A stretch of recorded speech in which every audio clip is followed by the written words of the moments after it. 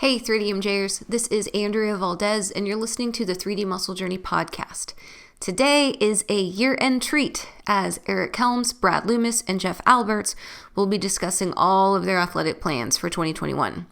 This podcast is being published on the last day of 2020, which was the weirdest year ever, but we look forward to how these three gentlemen are preparing to compete over the next 12 months. And obviously, since these guys are not just athletes, but are highly experienced coaches as well, you'll be listening to some very valuable perspectives and gems along the way. They'll be talking in depth about their different strategizing, training, and nutrition protocols in bodybuilding, powerlifting, weightlifting, and strongman, and we think you listeners could pick up a lot of solid info and ideas from their case studies. As always, if you have any comments or feedback on this episode, go to 3dmusclejourney.com and tell us there, or at our YouTube channel at youtube.com/team3dmj and leave your comments under podcast number 168. Let's go ahead and get into it. Here is Accomplishing Our Goals in 2021 with Brad Loomis, Jeff Alberts, and Eric Helms.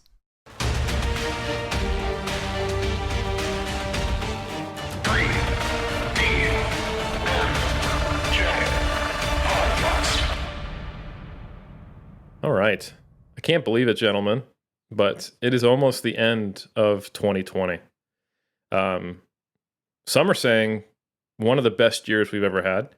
I don't know who those people are. Actually, I haven't heard anyone say that.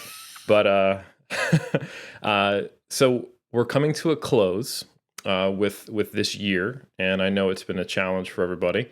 So we thought in this episode it would be cool to talk about a forward look into 2021, which undoubtedly will be better just by what came before it, regardless of what any of our goals may be.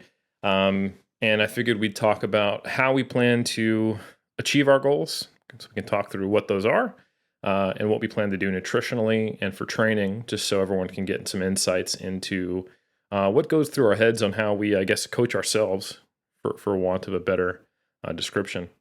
So yeah.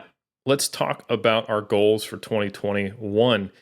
Jeff, I figure since you are currently in the midst of a prep that is going to continue into next year, why don't you start us off and let us know what the game plan is for 2021 in terms of your competitions and goals and what you'd like to accomplish?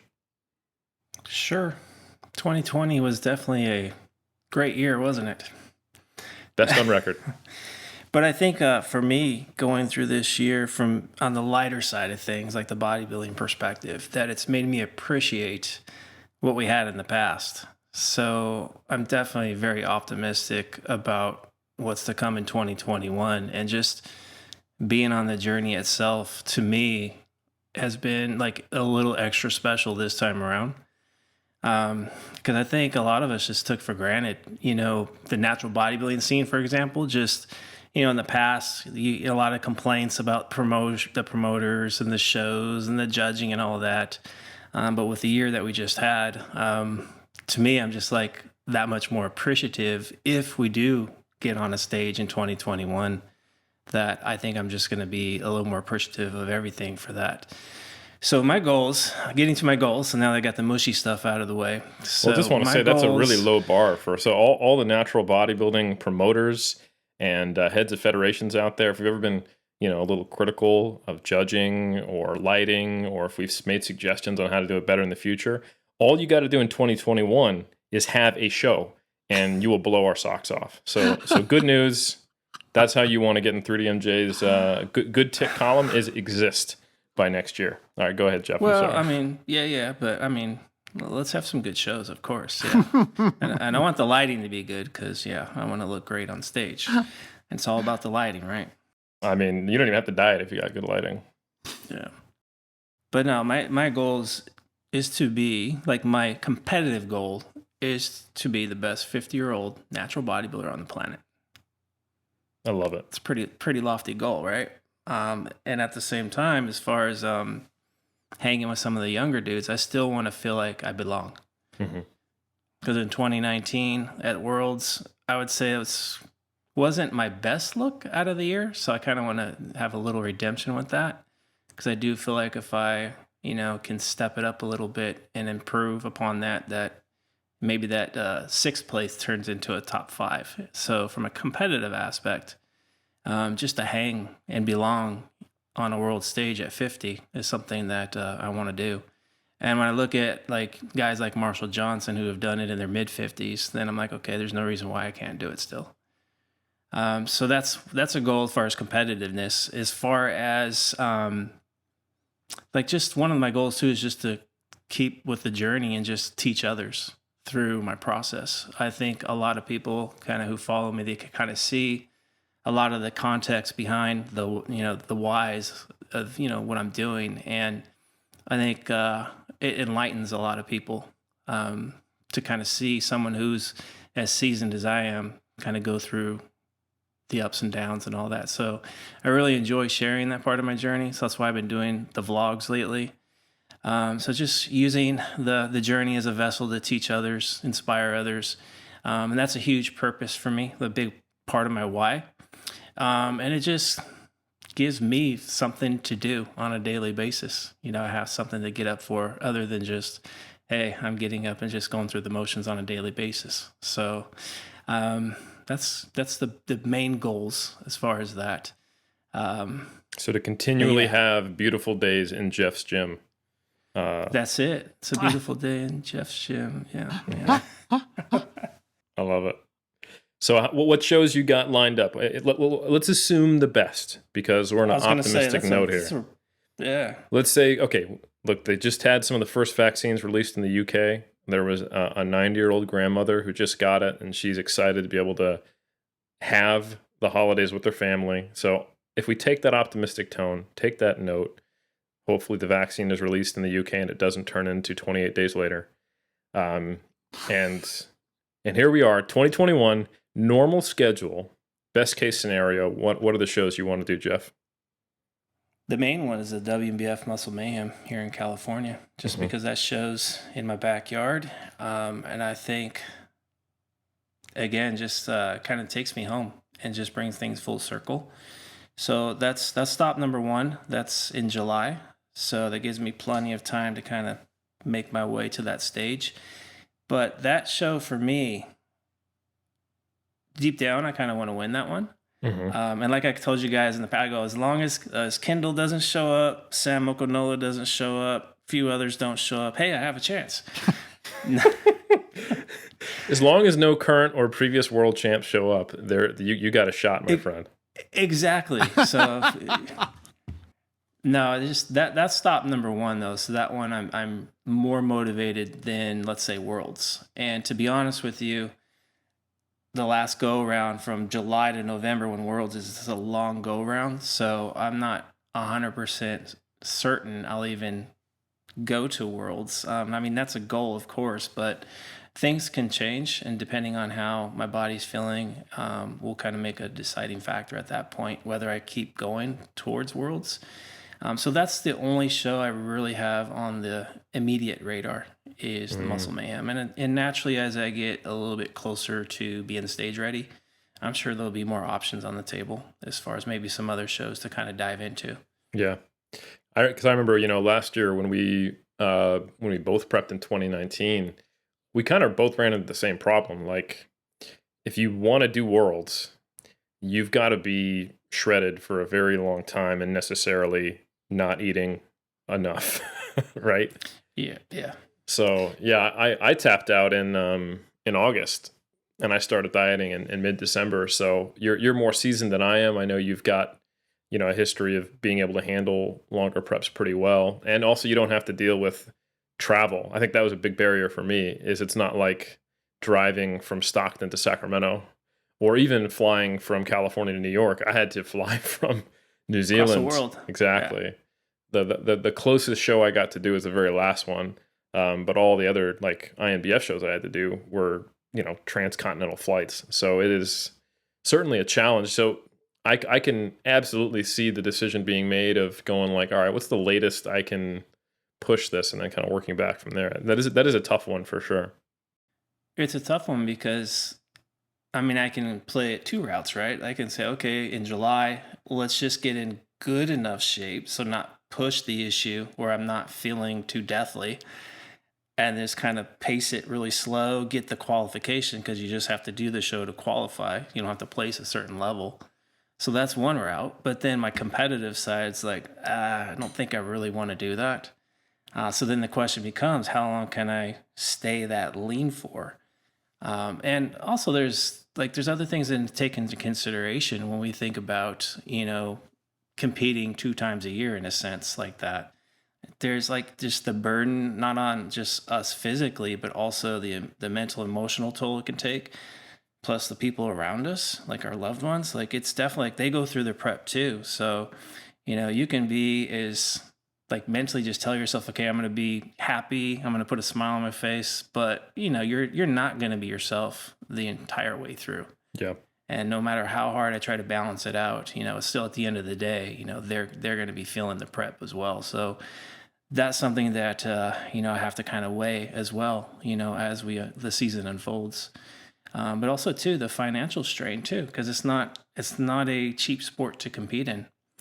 So, these shows cost a lot of money to enter. Like you said, the travel, it's not across the world, but still it's like, you got to pay for flights, hotels, rent cars. So, things will, we'll see how things go as the season unfolds, but there's a lot to kind of unpack. So again, right now I can say, yeah, these are the goals, but obviously the trajectory can change based on a lot of context. For sure, man. Jeff, And would you, go ahead, Brad. I was going to say, would you consider taking a little bit from what we learned in 2020, maybe get, just diced, shredded for July? Then you've got yourself 5 months, maybe put on about 5 or 10 pounds and then kind of restart the prep about, 3 or 4 months prior to Worlds. Would that be something that you might consider?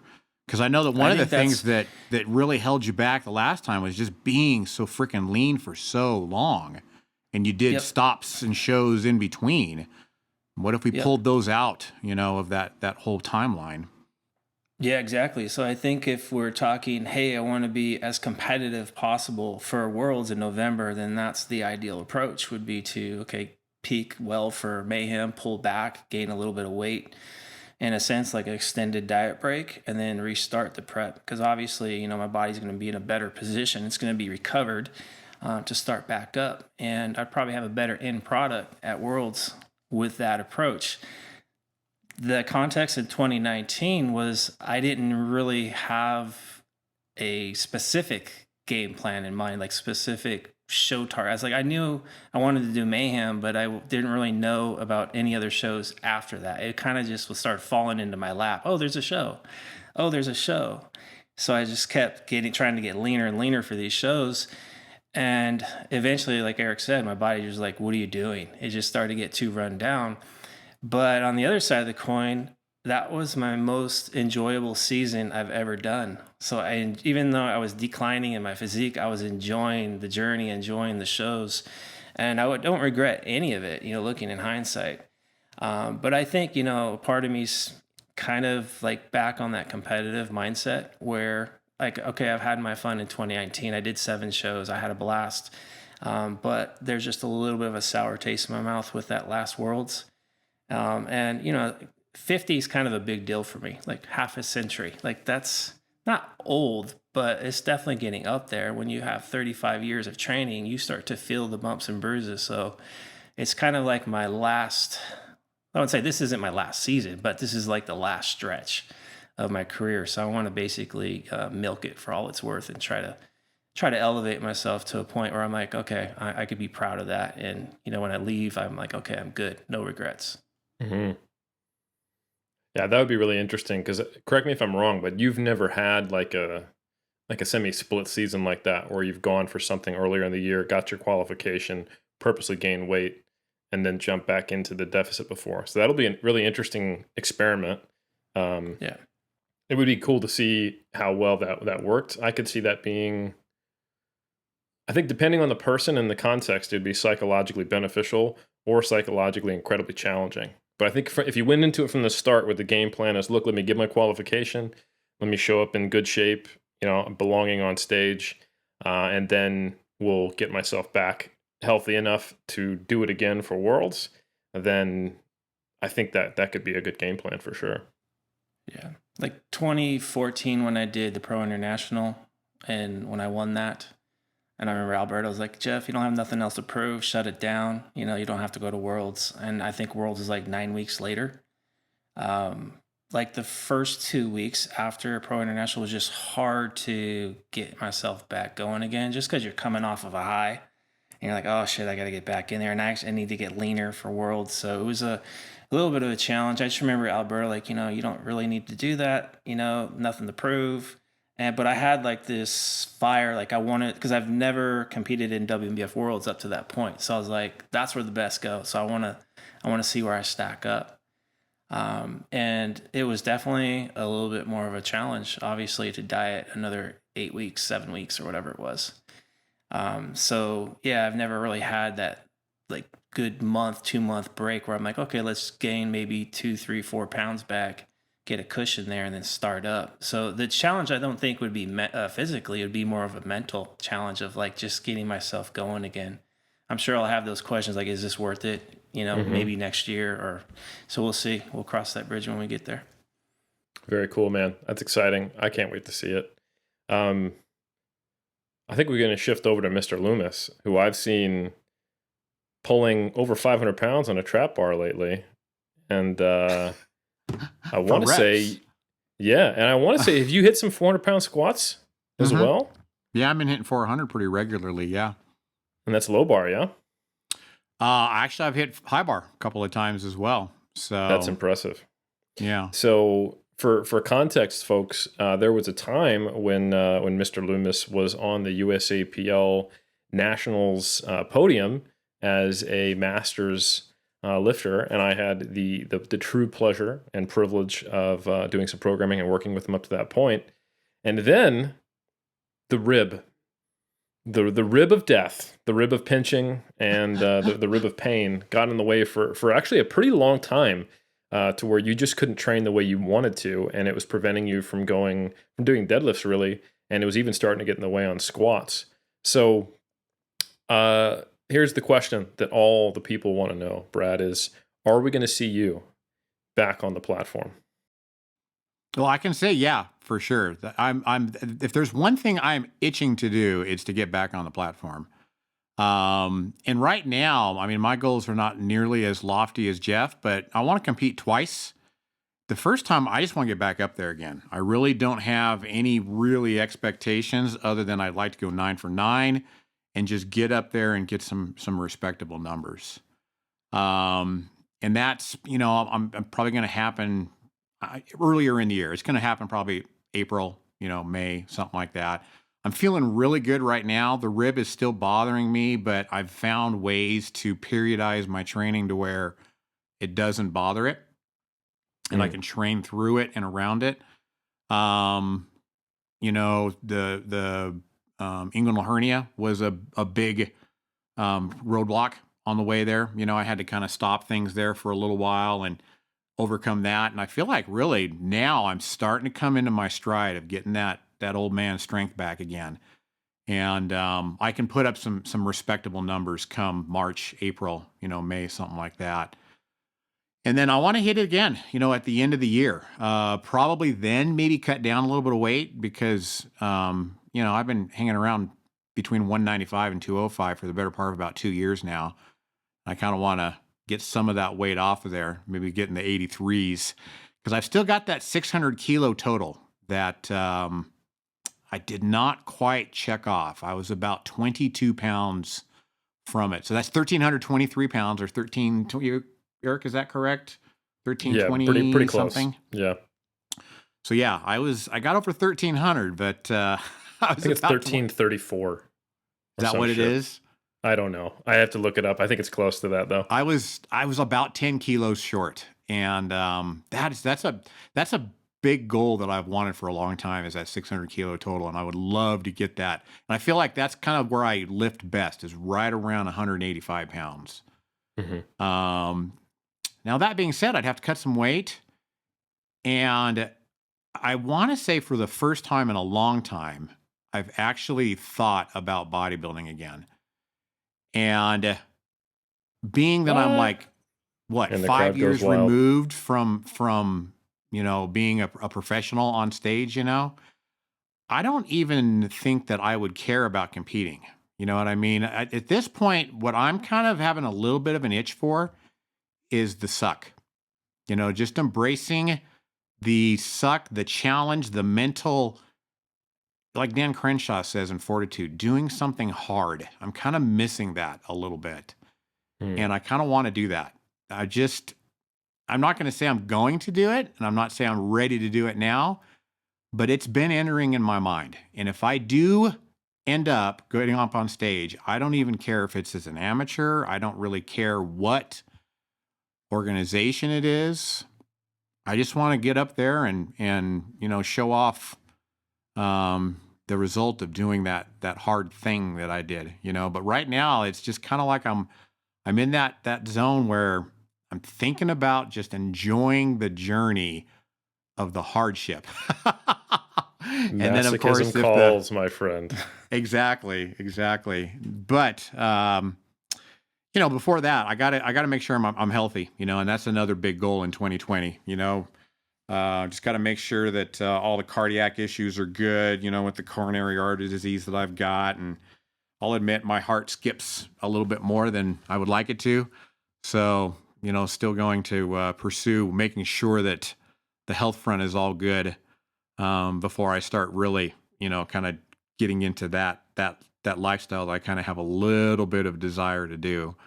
So that'll be obviously at the forefront. But, you know, one thing I can say about 2020 is it's been just kind of nice, to use Alberto's term, just kind of grinding away in the dark, you know, just kind of just locking myself in my spare bedroom, or my weight room is. And you know what? I can spit on those walls because it's my spit and I don't have to wear a mask. And I can grunt and snarl and push hard. And that's been kind of nice. You know, I've kind of purposely not done a lot of videoing. I just wanted to, you know, for lack of a better term, I just want to get in there and do my shit, you know, and not have to worry about showing the whole world. And that's been kind of nice. Just getting in there and doing the work and grinding in the dark. Jeff, remind me if in 2021 we do all get together and it happens to be in Portola, to not touch the wall in his room. Exactly. Yeah. I don't know if I want to train in his dungeon. I mean, I like a hardcore dungeon, but that's taking it to another level. Yeah, I'm good with hardcore, but if I put my hand on the wall to lean and you hear sweep and I fall on the ground, then we got a problem. Yeah. All right. So that's awesome. So I think I was excited about the prospect of you getting back on the platform. And how cool would it be? Would you be an M2 later in the year? Yeah, I would be, because I'd be 50. I'll be 50 in October 1 year from now. So yeah, I'd be a master too, I'm pretty sure. So a 600 kilo total at 83 as an M2 is pretty badass. Let me just put that out there. So that honestly, even, you know, 597, it would be terrible. No, I'm just kidding. 590, like anything in that realm is awesome. And that would be really cool to see. And just to see you, you know, still improving, getting back on the platform at all would be really, really cool. It's been great to see you being able to train around that. So twice on the platform next year, and a potential prep sometime in the future, which means that now folks, we have never had a foursome on stage with the original 3DMJ coaches. And that could still happen. And then the only thing that would top that is if our current silent producer in the background decided to go back to the sport that almost ruined her life, and decided to ruin her life with all four of us. And we had a fivesome on stage, seeing her get back in either the, you know what, whatever division she wants to do, I'd be down with. So, but anyway, that would be the only thing that would top that. But it would be so cool to have all four of us get back on stage, because we've never quite done it. I think the most we've done is had three of us do the same season together. Mm-hmm. Yeah. And I'm kind of excited, because I do think I can get that 600 kilo total. You know, just looking at how I'm feeling right now, I mean, we're only looking at like I think I figured a 460, 465 squat, which I've done 480, and I'm repping 400 now. I think a 565 deadlift, and I've gotten 552 or something like that. And then my bench, which is my worst lift, if I can get those two, all I need like 300, you know, and I've done 308. So it's doable, and that's more exciting to me than anything, is that at 50 years old, if I could get myself back up to those numbers, that would be, you'd probably hear me scream out a hell yeah in New Zealand, Eric. Can't wait to hear it, my friend. And I can tell you, it feels good to get back on the platform. You can speak from experience. You're right. Yeah. So it's weird to host myself, but I think now that we got an idea of your potential plans, Eric, what are your plans for 2021? Eric, that's a great question. Let me tell you. So for those who've been paying attention, my goal of 2020 was to actually compete in 3 different strength sports in the same year and not get hurt. And I definitely got the second goal of not getting hurt. And I would say I'm going to cheat to accomplish that goal this weekend. I think by the time this podcast comes out, it will have already happened. But I'm jumping into a Highland Games competition at the end of the year because I think it'll be amazing and fun doing it with some friends. I didn't train for it at all, so it doesn't really feel like the spirit of the original goal of training for 3 Iron Games sports. But nonetheless, I'm still doing it, and I did train for Olympic lifting and powerlifting, and for a large part of the year, strongman. Competed in 2 Olympic lifting meets and 1 powerlifting meet. And the powerlifting meet was the coolest part for me because, like Brad, it's been a long time since I've been on the platform. Last time was 2016. I got hip surgery in 2017. Has it been that long? It has, man. Yeah, I did. Wow. North Islands 2016 is my last competition. And I almost pulled the Brad Loomis on that last deadlift. Oh, that's right. Yes. That's right. Yeah, so Brad Loomis, most epic you thing look ever. like that boxer that got the right hook. You were like... His wobbler, huh? But you actually got the down command and got the lift. I started to lock it out and passed out and dropped it and jumped over the bar and almost fell on my face. And did not get that 245 kilo lockout. And I think I went 8 for 9 in that comp. But anyway, so 2016... last comp, 2017, hip surgery, 2017, early 2018, hip surgery recovery, 2018 off-season for bodybuilding, 2019 bodybuilding, 2020, finally back on the platform. And I was ecstatic that with the fact that I could do low bar squats with a high frequency and high load, not have hip pain. Same thing with sumo deadlifts, that my bench press came back really, really well and really quickly from taking a lot of time off for overhead work. And I put up a 600 kilo total on the platform, which is only 17 kilos away from my best total on the platform. So that was with a 6-week prep.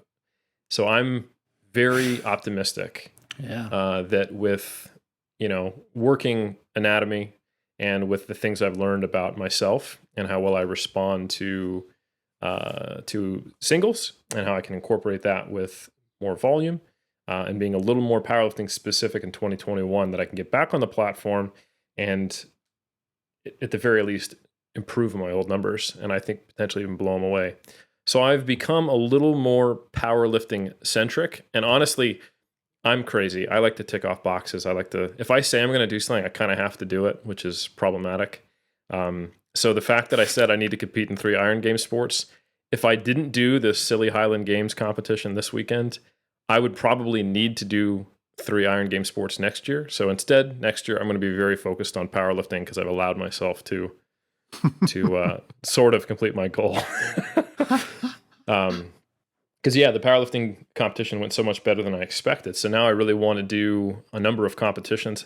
We'll have to see how well it can go. So here's the NZPF, that's the IPF affiliate here in New Zealand's schedule. We have... probably in April, we'll have Auckland Champs. Probably moving nationals forward a little bit, we'll have it in July. And then Commonwealth Champs is coming back to New Zealand, and that is going to be in, I think, November.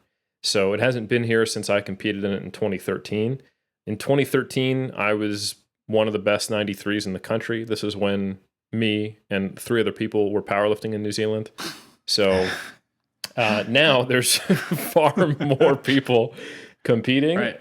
And I'm probably in the best top 10 93 kilo lifters, maybe if they don't all show up, maybe not. So I would have to improve a lot to get a Commonwealth spot, but there's an outside chance in hell. I could probably get the qualifying total, which I think is 625, but whether 625 will be the best of the 93s or even the best top two, I think we can have an A and B team, is probably unlikely. But at the very least, I have something to shoot for, at least getting a qualifying total, putting in the application, and seeing if I can potentially compete in the Commonwealth Champ. So that'd be really cool. And I would not at all be disappointed if it would just ended up being, Auckland and Nationals. And then I could see, hey, if I can't make Commonwealth, then maybe I'll jump into Olympic lifting meet towards the end of the year, maybe do Masters Nationals again. So that's tentatively my goals. The only things that are for sure is I want to do Auckland Champs and Nationals. So I'm looking at April and July, and then based on how those go, we'll see what the rest of the year looks like. Yeah, you definitely got my juices going, getting up on the platform this year in a good way, of course. That's what he said. But yeah, I was clued into watching you, and I was like, damn, I got to get up there again. Dude, I was downright emotional at that meet. It was I think when you've been away from it for a while and you love it, when I got back on the platform, I was I don't remember pulling my last deadlift. Apparently I screamed. Oh wow. Which is, embarrassing. But yeah, so that was it was a lot of fun, and I had a really good day too. It was just it reminded me how much I love powerlifting. So was it not just the missing it, but also just the road to redemption, right? Going through surgery and all that. Was that part of the emotions that kind of went through you? Absolutely. So I think just getting back under low bar squats, just starting to pull heavy deadlifts, and I'll admit the whole 6 weeks was intimidating because I went from doing I'll say it in pounds for our audience, it's mostly Americans, low 300 squat up to doing mid 400 squat in a matter of 6 weeks. Using a technique that previously caused hip pain for me. It was scary, just walking it out. And I didn't have there's a thing too, when Brad, this, you've done 400 a number of times in training for squats now. The first time you put 400 pounds or a high 300 number on your back, it just feels like, oh my God, this thing's going to crush me in half. And then you get used to it and you're like, okay, this is what a squat that's probably going to be a 6 RPE feels like, even though it might be 380 or 400 pounds. I never got to that point. The whole time I just felt like I was going to die. And then I stood back up and I'm like, oh yeah, it's not that hard. So I was, it wasn't until probably the last week when I was starting to taper, and then in competition itself, where I'd walk out of weight and not be intimidated by it, which was really cool. So yeah, there was a big element of feeling resilient and feeling like this was actually a possibility for me. So I think some of that emotional release on the platform was the realization of hope that my powerlifting career wasn't in the rearview mirror, which is a really cool experience. And again, like you said, gratitude makes me very thankful for being healthy and being able to move and train the way I want to and lift heavy, because I know it's not anything to take for granted. That's cool. So what you guys think? Should we start thinking about nutrition goals and what our goals are there? Maybe Eric, since you're in the mode of Gavin right now, and you're in a good flow and your creative juices are going, you want to just continue on and talk about nutrition goals? Yeah, I got a pretty good refractory period. I can get my juices flowing again. So actually I had a pretty cool experience with Olympic lifting and powerlifting this year. So the weight classes in weightlifting got revised, I think, in 2017. And now my weight class, or I guess I could have one of two, would either be 89 or 96. 89 I would definitely have to cut weight for and cut body fat. That's where I want to start a bodybuilding prep, right? So 96 though is a kilo or two over what I just walk around at. So I didn't do anything for my Olympic lifting. I just ate and rocked up. But for powerlifting 6 weeks later, I needed to make the 93 kilo class. So I went on a super, super gradual mini cut for that period. So another fun fact of that 6 week period where I put 60 kilos on my total, I was also dieting. So very encouraging. But it was super lightweight dieting. It was basically just cleaning stuff up. And then to cut the last kilo, because I was at 94 1 week out, literally all I did was I did a manipulation of the weight of my food. So normally my lunch, you guys were just making fun of me when we got on this call, is like 2 pieces of fruit, a carrot, a Quest bar, and a can of tuna. All that together weighs like almost a kilo in and of itself. Not really, but it weighs a lot. So all I did is I started 2 days out. I replaced my dinner and my lunch with just having the can of tuna in both instances of lunch and dinner, and I had equal amount of calories from dark chocolate, roughly. So it weighed a fraction of what it was, and then I weighed in at 92.1 2 days later from being like 93.6, I think, 48 hours out. Didn't have to cut water at all. I mean, I obviously did cut some water because I ate some very well hydrated foods to not very well hydrated foods, but the amount would have been pretty insignificant in the grand scheme. There was no spitting, there was no sauna, there was no fasting, and I never stopped drinking water. So it really didn't feel like it cut at all. It just was cool. Like, oh shit, I have less stuff in my gut, less fiber, and less total weight of food. So as far as nutritionally for next year, my plan is to do something similar. I'll let my body weight rise as I'm pushing more volume to the end of the last few weeks of this year and probably through February of next year. And then I'll start doing a very, very gradual mini cut and then just do food weight manipulation to make weight in April for Auckland Champs. And then I'll kind of just hold weight and eat at maintenance through July and then take the plan from there. So it's pretty easy for me. I'm so close to the 93 kilo weight cutoff that I don't have to do any kind of major weight cutting, and it allows me to go through, phases of being in a surplus and then a very slight deficit at most. That's an interesting strategy there. So you weighed the food that you were eating and then just made it an equal number of calories, but just less hydrated food in the form of dark chocolate. Yeah. So without getting on a huge tangent about this, some of the stuff that if you look at what people do, they'll go on a low fiber or quote unquote low residue diet as part of their weight cutting strategy. So like these days, people do like water loading. There's some data by Reed Reel, I think is the way you pronounce his last name, and out of like AIS in Australia. And he had 2 groups. One did water loading, one just did water restriction. But both groups just went on a low fiber diet. So basically a low residue diet. They went on higher energy density foods with a lower weight. So lower water content, lower fiber content, and less just total mass. So the food weighed less. So for example, like candy, chocolate, oils, things like that. And instead of eating, it's basically do the opposite of a good diet. Like cut out your fruits and vegetables and still eat the same amount of calories. Eat like a kid. Exactly. Like Skittles are an acceptable carb source now. And if you want mixture of carbohydrates and fat, that's what chocolate's for. So, and that just means there's less total weight of food in your gut. And it's been pretty repeatedly shown that can reduce your body weight by like 500 grams up to 1.5 kilos. So we're talking like you can lose 3 pounds if you're a big dude with a large digestive tract who also eats a lot of fruits and vegetables. So for me, as a 6-foot guy over 200 pounds who eats like a bro, and has like 3 pieces of fruit every day and a lot of vegetables at every meal, I can lose a lot of weight just by changing what foods I eat pretty easily. I'll be darned. Interesting. Hey 3DMJers, this is Andrea popping in to tell you about the Fit Genie holiday sale and how you can get 30% off of a premium membership of our favorite nutrition tracking app. For those who don't know, our very own Chief Science Officer, Eric Helms, is the nutrition advisor for Fit Genie, and he made sure it was better than the rest.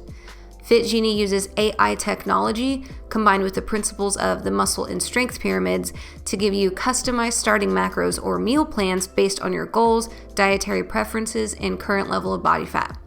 It can automatically increase or decrease your food dependent on progress, recommend specific food suggestions, and most importantly, help you create lifelong habits.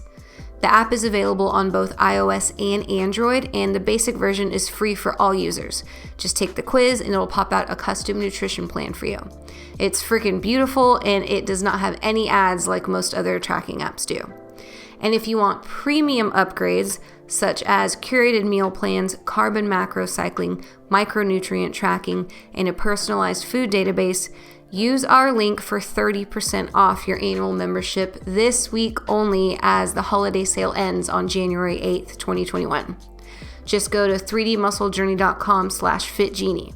That's 3dmusclejourney.com/FITGENIE. Take the quiz to get your recommended food intakes, and you'll automatically see the discounted prices at sign up. This deal isn't available if you go straight to the app, so make sure to sign up online to get that automatic discount first, and then you can use those premium tools within the app. Again, 3dmusclejourney.com/fitgenie. Thanks for listening, and enjoy the rest of the show. I'm going to kick it right back to you, Brad. We'll go in reverse order. So you got to get on the platform a couple times. You hinted that you want to maybe compete in the 83s, at least in that second meet of the year. What's the game plan?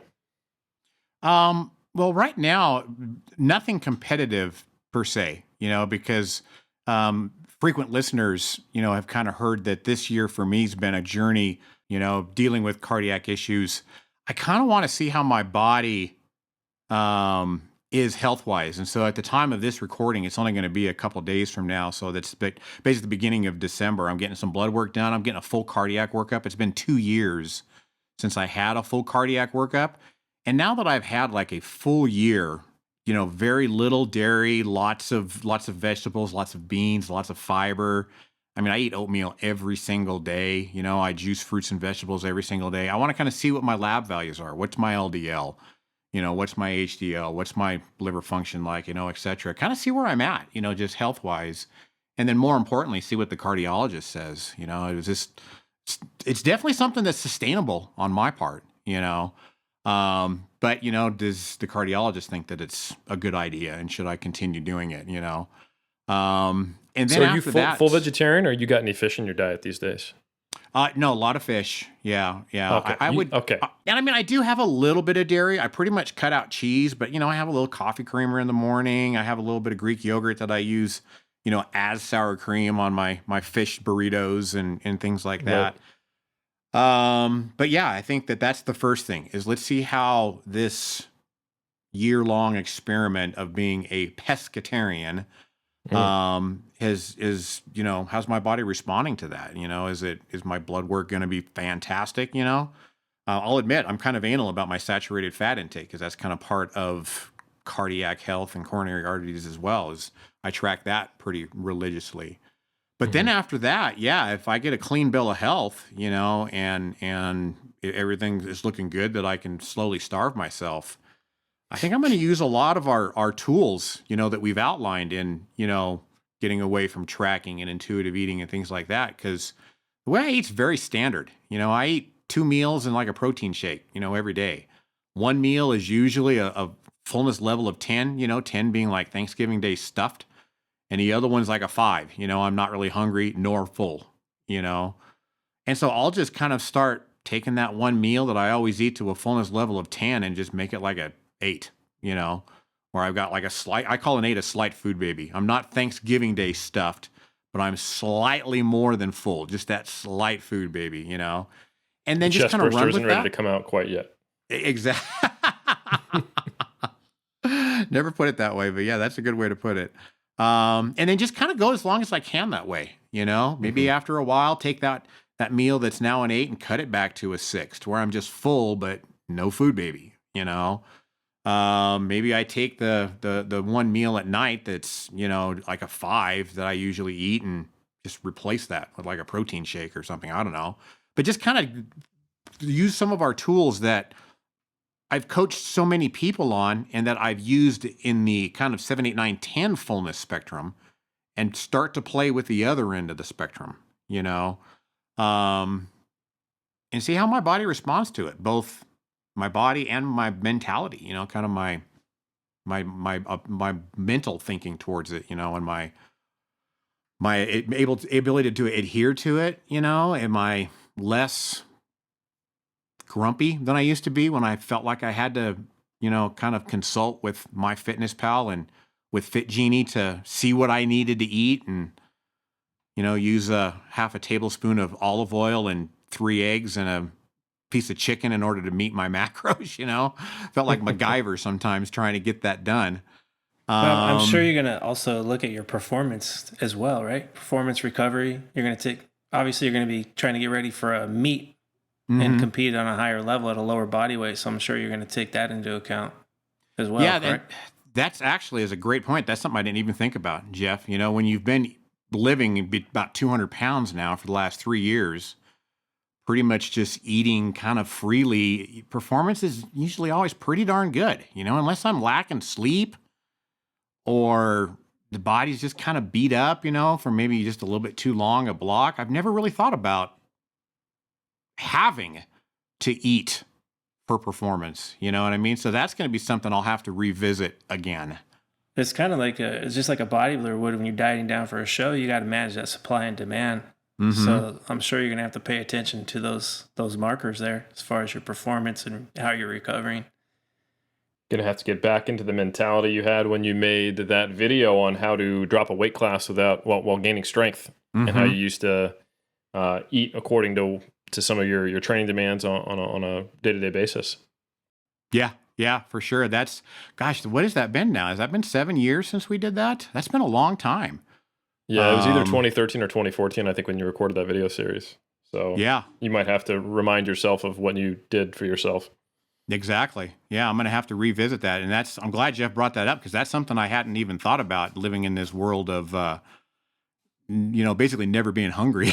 Well, yeah, when you're sitting at like up in the higher teens body fat, you're like, I feel good all the time. Yeah. You're very pliable. Yeah. Shoot, Jeff, you're being generous. I'm sure that I've got a 2 in front of my body fat right now, the way that things look. So don't have to think about that whole eating for performance when you've got that kind of potential energy laying all over your body, you know? Yeah. But yeah, I think it's going to be a fun year, I think, in that, first of all, I'll find out, is this really good for me? You know, kind of on the inside, how my organs tick and, you know, all that kind of stuff. And then kind of, like Jeff said, revisiting eating for performance, kind of using those tools that I've coached so many people on, but I got to start using that other end of the tools, you know, and then ultimately at some point, you know, I'm going to have to track macros. And part of me is as much as I want to kind of feel that suffering again and in doing something hard, there's a little piece of me that kind of wants to track a little bit too, you know? Yeah, it'd be interesting to see at what point you find that helpful or beneficial, aka necessary, because I, like, for example, cutting to 93, which was, again, a really small cut. That was like 5 pounds, 6 pounds. All I did was the choice, like Barb and I go out to eat maybe 3 or 4 times a week, excuse me. And it's pretty impressive, actually. Yeah. All I had to do was only eat out twice a night. Yeah. No. So we kept that same schedule, like cooking 3 or 4 times a night, eating out 3 or 4 times a night. God damn it. Why can't I speak English? A week. A week. Yeah. But we just basically removed some of the choices from the where do we go out to eat or what menu items. So obviously pizza wasn't on the table. Neither was like Indian.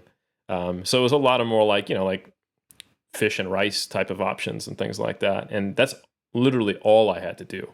And just not get dessert and stuff like that. So, and at breakfast, instead of getting like a more extravagant meal, it was often just like eggs on toast with a side of greens and a side of smoked salmon. And that was it. So, and that dropped maybe half a kilo for 3 or 4 weeks off my body. So it was pretty easy. So yeah, Jeffrey, let's go ahead and listen to you and how you plan on getting this 50-year-old body shredded beyond belief again. Oh, shit. Well, let's see. Right now it's December. I have till July. So I have to knock off about 20 pounds in how many months are we now? 7? 6 or 7 months away. Plenty of time, dude. That's 7, yeah. So thus far, I've been dieting since the beginning of July already, and I've lost about, let's see, I started at 206, about 15, 16 pounds. So I'm like averaging like 3/4 of a pound loss per week, but not every week's the same. Like some are more, some are less. But it's been interesting as far as my approach this time around. I mean, a little bit is the same as what I've done in the past. I eat roughly 1 gram per pound of protein for my lean body mass. I'm just not one to enjoy a lot of protein at this point. I've done it for so long. I'm just tired of eating so much protein, so I tend to venture on the lower side. We all have our flaws, Jeff. What's that? I said we all have our flaws, Jeff. Yeah, I know I'm a low protein guy, but that's okay. So I just learned over the years that I don't require a lot of food, especially the last few years. I'm not a very active person. And my approach this time around with nutrition was like, I'm going to try to eat more than I have in the past and just maybe stay a little bit more active so I can eat more, thinking, okay, maybe a little more food will allow me to perform better in the gym and whatnot. But due to COVID, like my whole life dynamic changed, like my daily flow. And I think, when we're dieting down for shows, what's super important is how you go about your day to day, like your structure and your flow. So that's kind of changed a little bit with COVID because now we're doing homeschooling with my son and all that. So it just kind of changed my role as far as like my fatherly duties. So I haven't had the time to actually do a lot of activity, like get out there and walk and do cardio like I wanted to do to keep the food level high. So just basically just said, all right, either I get up earlier and do more activity or I just shave some calories down. So I just decided, hey, it's right now, it's more practical to shave calories down. And my fear was I was going to be hungry. Like, okay, I'm going to go from 2,200 calories and I'm going to go down to like 1,800, 1,900. And, with 20 pounds to lose still, I was like fearful like that was going to be a little on the lower side. But I ran with it and so far so good. I'm like, I'm not feeling too hungry and I still have plenty of energy. And if anything, my training is on a high right now. And I think what I'm experiencing with this is that I'm not stressed. I think that's the biggest thing. Like I'm not overly stressed. Like I'm not losing sleep by getting up early to do the cardio. And I'm mapping out my food pretty well as far as like meal placement and the size of the meals around where I need the food the most. And I think this prep, I'm actually a little more in tune with food choices. And I think that's helping to kind of keep satiety a little bit better. So I'm eating a lot more vegetables this time around, like lunch, dinner, like a good chunk of vegetable. Like before getting on this podcast, I had cauliflower, I had broccoli, I had carrots with chicken. So I've basically just been kind of having these bigger, larger, more volume to my meals. And that's kind of helped out a lot. So just basically distributing my calories where they need to be as far as energy needs and just making sure I'm like on top of food choices, like a little bit more wholesome foods. Whereas in the past, I'd be, a little bit looser with that and kind of eat probably a little too much towards taste buds versus like you talked about, Brad, like we just said, like the performance aspect, like, hey, I'm a bodybuilder first, we'll be human last, so usually the last meal of the day, okay, maybe I'll have something a little on the sweeter side every now and then. But this time around, it's been I'm more aware of food choices. Like I'm kind of going more bro like I did in the past. Like when I was back in my old days where I was like a robot, hey, I'm eating 6 meals per day every 3 hours and it's going to be the same foods, wholesome foods. So I'm just being aware that this time around, and I think it's paying off now. That's why I'm kind of benefiting the way I'm feeling, the way I'm performing, the way I'm recovering, because I have a pretty good handle on how I'm approaching my day to day, like that flow and that structure to the food. But that's in a like big picture. That's how I'm kind of handling the nutrition aspect. So calories are really low, but like I said, I don't require, I just proven to myself, I don't require a ton of food to maintain the physique I have. Yeah, you're a sedentary online coach is entering his half decade mark. I'm not surprised you don't need to eat 1 billion calories anymore. No, not at all. So yeah, well, some people freak out, when they see like a big dude like myself, like, oh wow, that guy's got a lot of muscle, but how's he getting away with only eating like 1,900 calories? And then even on occasion, when I've been picking my spots as well, like on some days where I'm like, I don't feel as hungry. So I'm like, you know what, for breakfast, I'm not even going to have carbs. I'm just going to skip out on the carbs and just leave off 100, 150 calories. So some days I might be eating 1,700. I had one day last week, I think it was at like 1,650. So it's just one day. And it's usually like towards the end of the week, like on my last part of the low days where I'm like, okay, on my 4th or 5th low day, I might do that. because I know refeeds are coming around the corner. So even if I start to get a little too like, I'm feeling it a little bit, I got a refeed right around the corner to kind of pick me up. Yep. So I think it's been intuitive. It's been a little intuitive. I like that you're doing it that way, because honestly, I think most people, when they have a longer prep ahead of them, I don't know, I guess it's just human nature. They'll be, at higher calories earlier, of course, when they have a body that can handle more calories. They'll be losing at a relatively slow rate, and they think about it like, I want to lose at the same rate throughout the whole time. But I always think like it makes a lot more sense to be aggressive early on when you're more resilient. And the way to do that is by having a more bro-like eating schedule where, you can actually still benefit from the satiating effect of foods, where we all know at a certain point in prep, you can eat as many fucking carrots as you want. It's not gonna change the game. Yeah. Mm-hmm. But early on, yeah, like if you eat a bunch of vegetables, like you'll find it's easy to eat that amount, and then you'll be potentially in a position where you look up in May and you're like, oh shit, I'm ready, and then you can start slowing it down, eating up, and put yourself in a much better position so you can come, like jogging into the finish line for the mayhem, and then immediately go right from there into like even more recovery and taking what we talked about earlier. So I think that's a great plan, Jeff. I co-sign on it for what it's worth. Cool. Yeah, and it's interesting that you talk about you not requiring a whole lot of calories, because like I remember way back when, like I want to say like 2011 or 12 or no, even earlier than that. You kind of had that off-season body that looked like the super resilient caveman that could like starve and still go out and hunt for all of his entire village. People would just look at Jeff. I think we went to a party one time, and I think Jeff was wearing like some sort of a baseball jersey or a football jersey or something like that. And people just were commenting on him there, just how jacked this guy was.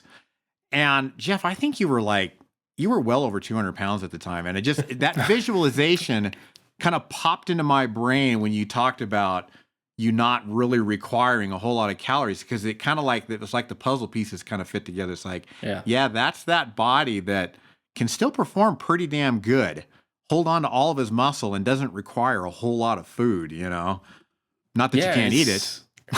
It's nice in the off season. You try and put muscle on. You're like, okay, cool. Hey, got plenty of body fat here. I'm pliable. I can lift heavy and hard. But then when you go to try to diet down, then calories got to go way down. The activity, I'm sure my activity at some point's going to have to go up, because I'm only going to probably lose so much with this current approach. So I'll probably have to. But I'm kind of thinking ahead, like, okay, how can I do that? And I'm thinking, okay, maybe 1 or 2 days a week is all I need to really, just get after it as far as activity. And it doesn't have to necessarily be walking or getting on a stationary bike. Like I have plenty of yard projects that I want to do right now. I actually did that a couple weeks back. I did a little digging, dug up some old lawn needed to be tore it out. And like the next day I had like a low weigh-in. I felt depleted, looked flat. I'm like, okay, there we go. Now we just have a refeed and replenish myself and start over again for the next week. So I'll probably be doing a lot of that for activity to kind of do two things,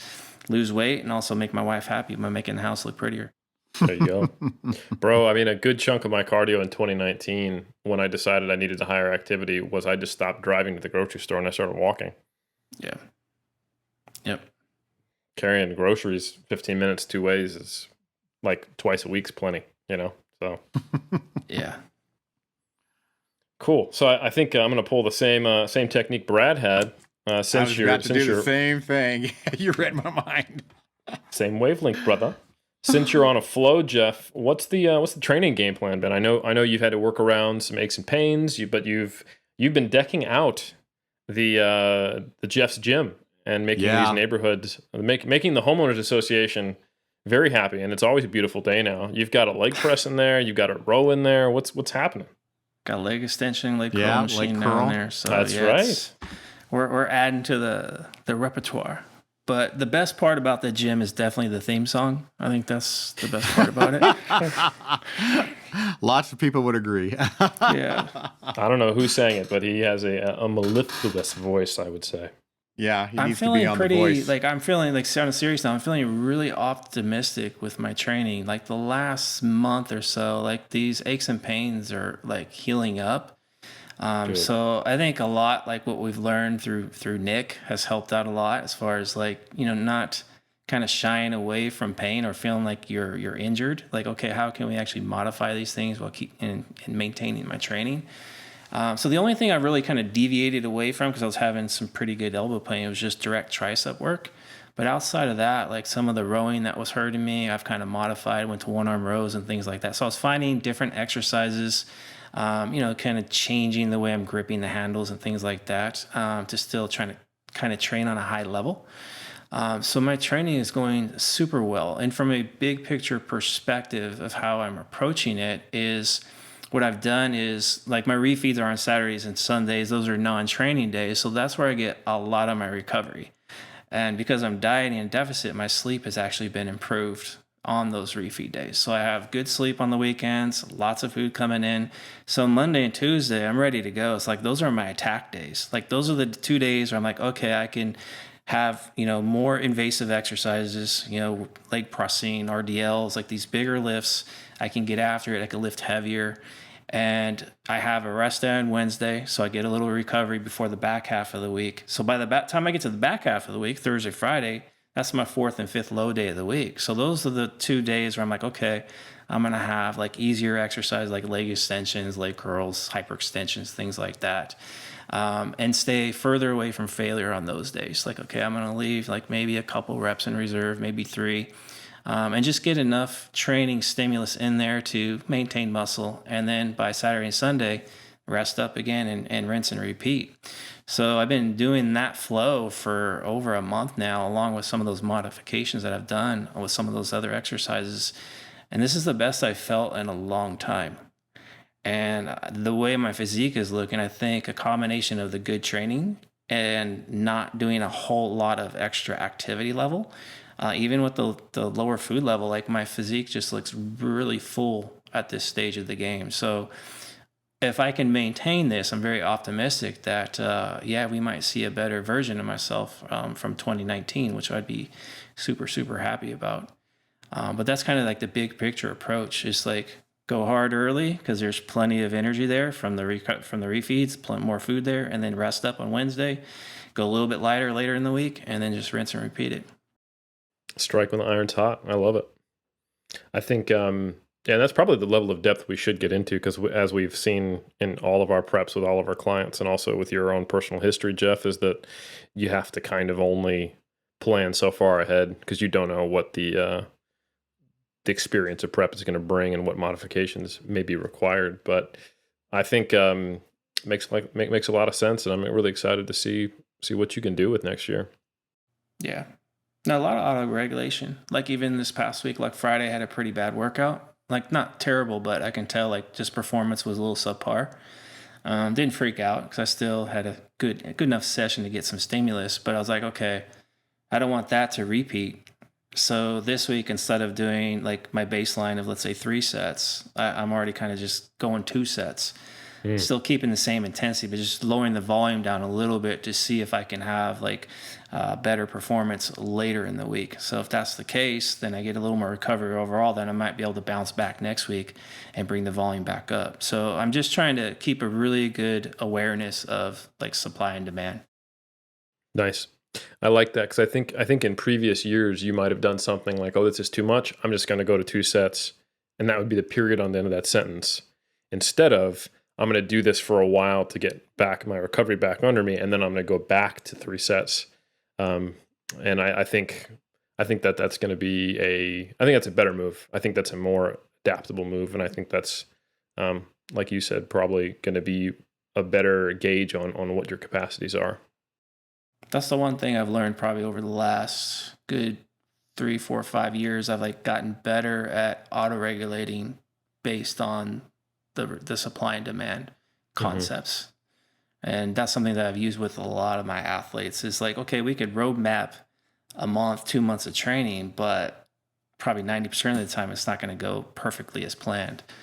So it's always, you have to be kind of reactionary. So that's what I've been trying to do, is just stay, like, not get too caught up in my current emotion, like, oh shit, bad performance, oh gosh, the world's ending. Like, okay, it's taking a step back, kind of finding out what the root cause of that. Okay, how can we fix that? And okay, let's attempt to change the game plan up, and now let's run it and see what we get, and then go from there. Yep. So makes a lot of sense. So Bradley, you hinted at with your goals, and kind of my intro was around your rib, that you found a way to train around it to make progress. Can you give us a little more detail and kind of how do you see yourself continuing to progress towards that 600 kilo total, and what are you going to do with your training to get you there? Yeah, good question. I right now I'm kind of in Jeff's boat. I'm really enjoying my training. I'm really enjoying it.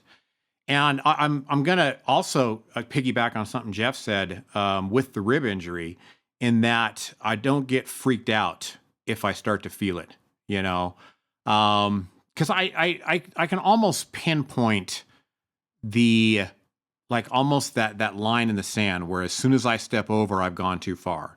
But I can get right to that line of sand, you know, and I can do little tests, put my arm up kind of over my head. And one of the things that's really helped out is, you know, actually I should say one of the things, it's kind of a combination of things that's really helped out. But I learned something from Chris Duffin at Kabuki Strength. He periodizes a lot of his exercises, and I want to make sure that I really kind of put an emphasis on this. He doesn't program hop. He periodizes his exercises. He knows how to do a lot of high level exercises.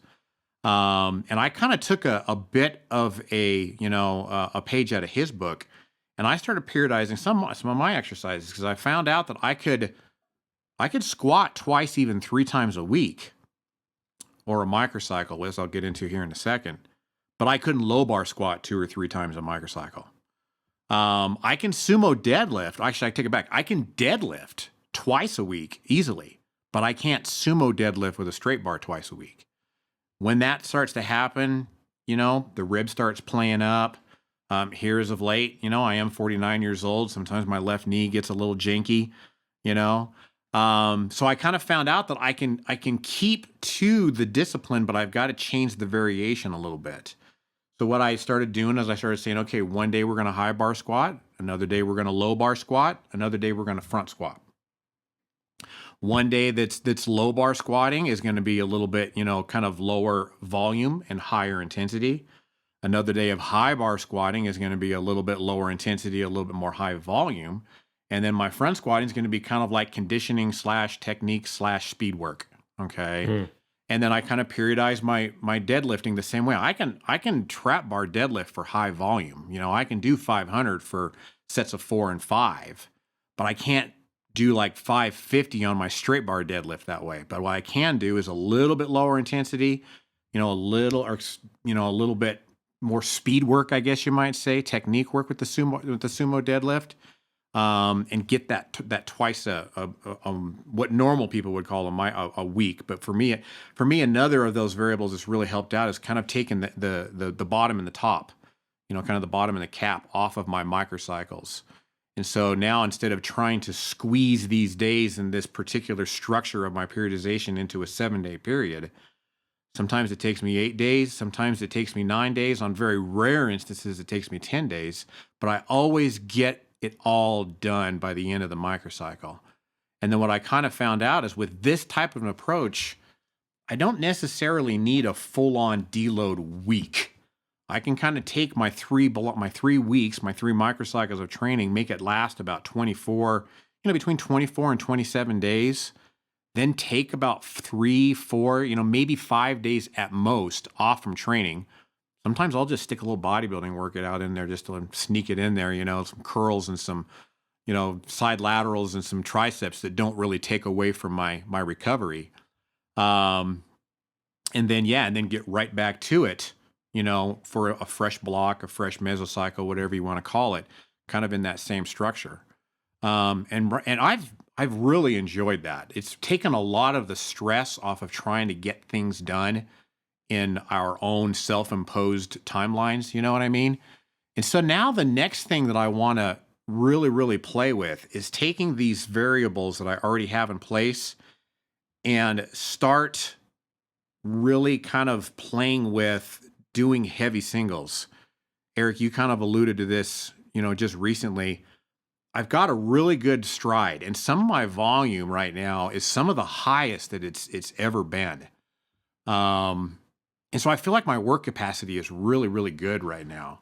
And I feel like really the body's work capacity is holding up pretty darn good. I mean, yeah, there's aches and pains, but the rib acts up a little bit, but it doesn't put me down for like it used to for like weeks. I feel it barely one night, maybe I feel it as I'm warming up, then it goes away and I've got a different exercise that doesn't bother it this day. So now what I kind of want to do is, okay, I've got this work capacity and the body's capacity kind of built up pretty darn high. What's like the least amount of volume I can get away with? And I want to start playing around with doing, okay, heavy singles, back offset, and that's it. Rest of it's accessory work, bodybuilding work, whatever other stuff that I have on the list that I'm pretty boring. I just do the same shit all the time. But then the next time it's time to do this next lift that I do, whether it be a low bar squat or trap bar deadlift, is different than the last time. I'm going to do the same thing. Heavy single, back offset, accessory / bodybuilding work, etc. I want to play with that with the same structure, the same time frame and everything. But what's the least amount of volume I can get away with and still feel like I'm progressing? And for me, getting those big singles back up again.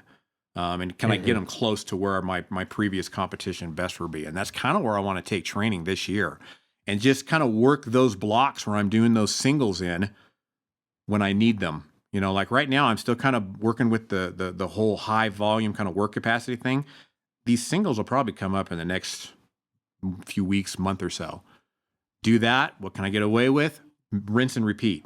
Get that work capacity back up again. Get that volume back up again. Run that. Maybe run those singles before the first meet. You know what I mean? Then get out of it. Get the volume back up again. Maybe I got to cut a little bit of weight. Maybe I got to be pay a little bit more attention to performance. And then maybe run those singles again, maybe at a test or maybe before the second meet of the year or something like that. That's kind of where I want to take my training this year. And I've learned this a lot from you, Eric. No, I think I love the plan. And I love that you also basically described how to use block periodization for powerlifting. And you didn't have to say any complex words translated from Russian. It was wonderful. You didn't have to translate or realize or accumulate anything. It was lovely. And I think these are really useful concepts for when you're working around a potential injury that can limit you. And I know when we were all younger men, and maybe we didn't have as notable or fully understood or even fully acknowledged or accepted injuries, these would be situations where we would push that ball through the square hole or the round ball through the square peg. You know what I'm trying to say. You know what the damn analogy is. All right. Yeah, It's a different shaped hole than the object that's going through it. And you're not supposed to do that. Okay. This would be where I'd go, well, look, it's optimal if I low bar squat 3 times a week, even though in the end of 5 weeks, I'll be, waking up in the middle of the night in pain. That's fine. I can push through it because #optimal. When if I had simply just gone, you know what, why don't I make one of those days a front squat or a high bar squat, or make one of those days a little easier and have it be like a practice day, quote unquote, between a volume day and a strength day. And all of a sudden now I could sleep through the night, which is probably better. I think I've definitely learned that through the course of injury. And I've learned it even more so now through the course of competing in multiple different disciplines of strength. So I hope I'm not, cutting you off on where you wanted to go, Brad. I think you had a pretty good summary. Did you about where you wanted to be? Yeah, we're on the same wavelength there, like we oftentimes are. I was done, and perfect, good. For your time is perfect. Like, I love how your goals remind everyone about my goals. Let me just carry on. No, good. So that's perfect. No. So I think people. This all comes down to like how we understand specificity, right? So I used to be too worried about the movement and the weight on the bar. And I would think about them like if I was in a strength phase, all of my movements would be in a strength phase, in a strength rep range, I'm not going over 8, even on a lat pull down. How's that going to transfer my bench? I don't know. Shut up. Strength is 8 reps or lower. And then same kind of thing with the movement specificity. I didn't think about how those two variables interacted. Like if I'm doing sets of 8 on squats, how well do they really transfer to my 1RM? Well, I mean, better than doing 12 reps, I guess, or better than doing a leg press, but none of them are that specific. And the purpose of doing that squat, like you said, is to build some of the non-specific, semi-specific qualities like, regional hypertrophy and the work capacity to be able to handle volume and the repeated bout effect for squats. But there's nothing to say I can't get that from a front squat or a high bar squat. I'm already pretty far down that specificity ladder. Why not do something that also doesn't beat up my hips, right? So that's something that's a variable that is a very valuable lesson I've learned. And then I think another very valuable lesson I've learned, both in recovering from my injury and then peaking in 6 weeks for a powerlifting meet, is the power of singles.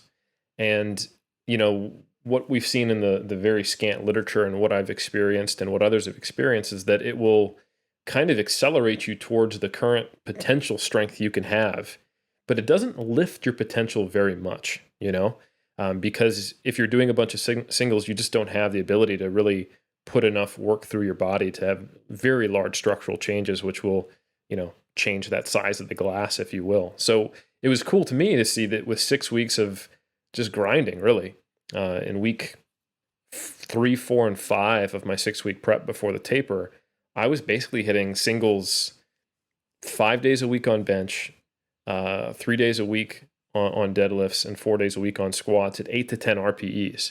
And at a certain point, it was just basically the question of every other day I have a shot at a new PR. Because if I get it today, I will be too fatigued tomorrow to do it, or the day after. So it's like good session, good session, good session. And it started to be that I hit a PR every other week, and then it started to be, or every other session, and it started to be like every second time around. And, I kind of sputtered out, or maybe I would have got a little stronger, but I think around a 600 kilo total was what I was able to get to. So it made me think like, man, how much of all that volume work that I was doing was actually helping? Like you don't need that much specific volume. You just need volume, because I've been doing bodybuilding training. I've been doing strongman training. I've been doing Olympic lifting training up until this point. I basically had, depending on the lift, 2 to 4 years off of my competition specific big 3, but my ceiling is like right there. It's barely moved down at all. So anyway, the game plan for me, considering that, is let's keep these singles in because they clearly are a very useful diagnostic tool. And let me know how well everything's working. But they don't need to be 8 to 10 RPE. I'm not on a peaking block. They don't need to be 5 days a week. So kind of the game plan now is I'm probably, I'm going to go through a bit of a work capacity general prep, quote unquote, phase, because I've still got this Highland Games comp. And, basically for the rest of this month, I'm going to be training for like an Olympic lifter / powerlifter / strongman or whatever. And then come January, maybe mid-January, the game plan is to start training much more like a powerlifter who is simply trying to just maintain my Olympic lifting proficiency and my general strength preparedness. So there'll be a very minimal volume of Olympic lifting, probably just singles, but at a low RPE. So we're talking like 5 to 7 RPE to keep that technical expertise there. And then I'll be doing a lot more volume that I think will help me get better at the big 3. So for example, one of the movements that I've started to do is like beltless high bar pause squats because it limits the load on my back. It's fun on my hips and it puts a lot of strain on my quads, right? And then like conventional deadlifts and also like feet up bench with a medium grip. I would call it a close grip relative to max legal. So these are all movements that just don't put me in extreme joint positions, but are specific enough that I would expect the volume work on them will provide that repeated bout effect, enable me to handle higher frequencies and higher loads when I get to it, so long as it's in a gradual fashion, build the specific hypertrophy I need, so that when it does come a time around when I'm 6 weeks out again, I can repeat the same process I did for this most recent meet, and hopefully we'll see me well above that 600 total, because I'll have done all that preparatory work. So that's my game plan. Singles will start coming in pretty soon again. And yeah, that's pretty much it. Then, like you said, Brad, rinse and repeat for each competition. So I'll go back to volume, drop some singles out, lower their RPE, and just have hopefully that minimum, like what is my RPE 6 single on a squat in say May after Auckland Champs. I'm hoping that'll be a number that starts with a 2, because right now that's probably a number that starts with a 1. So if it's still an RPE 6, but in January versus May, I hope there's a good 10 kilo, 20 kilo difference, because that would mean that I'm really, I know where I can get to when I start to need to push that specific strength. Yeah, and that's when it gets fun. When you were, like you were saying earlier, when you get underneath that weight that at one point felt like it was going to crush you, and now you're like, oh, that's the same weight that I'm using for RPE 6-7, Yeah. I got this all day for 2s, or singles or whatever it is that you're going to do. Because I know it's really exciting right now, kind of getting to where, okay, when I was hitting singles, now I'm kind of doing that for repetitions. That's kind of another really exciting thing to see in your training, and kind of get you foaming at the mouth to get more sessions under your belt. Absolutely. And I think foaming at the mouth is a good way to put that. And I think one thing I want to close with is that I don't want to get greedy. I think that's probably one thing I've learned in the past, I'd say 5 or 6 years, is like it's easy for me, and I think it's easy for anyone who does your own programming or coaches yourself, to get caught up with it and to not, and to have a little bit of ignorance or purposeful ignorance of the past and what and what you set the game plan to be. So I think like we always quote the good Dan John, is to keep the goal, and that includes that doesn't just mean like don't wuss out, blink in the face of fear and find a way to not do it.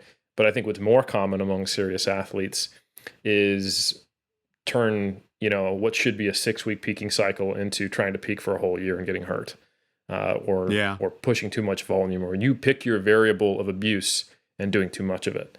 So yeah, I just need to stay smart and keep my eyes on the prize. Well said. Thank you, sir. Well, I think we've covered it all. We talked about our goals. We talked about our training. We talked about our nutrition. Hopefully we won't look back at this a few months from now and go like, wow, none of that worked out.